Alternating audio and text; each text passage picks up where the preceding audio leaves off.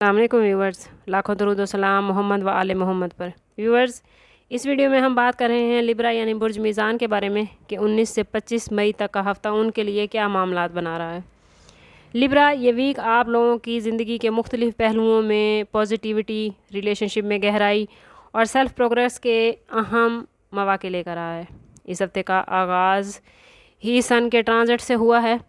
سن جو کہ جیمنائی میں آ چکا ہے، آپ لوگوں کے لیے خوش قسمتی، وسعت اور نئے تجربات کے دروازے کھولے گا۔ جوپیٹر بھی اس شعبے میں آپ لوگوں کی ہیلپ کرے گا۔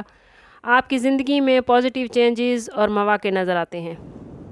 24 مئی کو سیٹرن کا ایریز میں انٹر ہونا آپ کے تعلقات کے شعبے میں سنجیدگی اور استحکام لائے گا۔ یہ وقت ہے کہ آپ اپنے قریبی رشتوں میں گہرائی اور ذمہ داریوں کو ترجیح دیں۔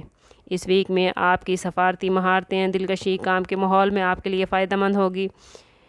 20 مئی کا دن آپ لوگوں کے لیے اس ویک میں بہت زیادہ امپورٹنٹ ہے۔ اس دن آپ کو نئے مواقع ملیں گے اور بڑے مالی فوائد حاصل ہوتے نظر آتے ہیں۔ اگر آپ ملازمت پیشہ ہیں تو ملازمت میں ترقی کا چانس ہے، تنخواہوں میں اضافہ ہو سکتا ہے۔ اگر آپ بزنس کرتے ہیں تو 20 مئی کو آپ کو کوئی بزنس کے حوالے سے بڑی اچیومنٹ حاصل ہوگی۔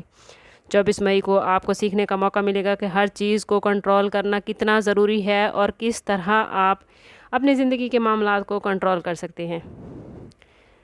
لیبرا، یہ وقت ہے کہ آپ اپنے جذبات کو محسوس کریں اور خود پر اعتماد کریں۔ ہفتے کے اینڈ میں اپنے ماحول کو، اپنے ارد گرد کو خوبصورت بنانے کے لیے یا اپنی ذات میں پازیٹیو چینجز لانے کے لیے آپ کے لیے بہترین مواقع ہیں۔ اس وقت میں آپ کا موڈ بہت خوشگوار نظر آتا ہے۔ اوورآل یہ ویک تعلقات میں گہرائی، پیشہ ورانہ زندگی میں نیو اپرچونٹیز اور سیلف پروگریس کے لیے پازیٹیو معاملات بنا رہا ہے۔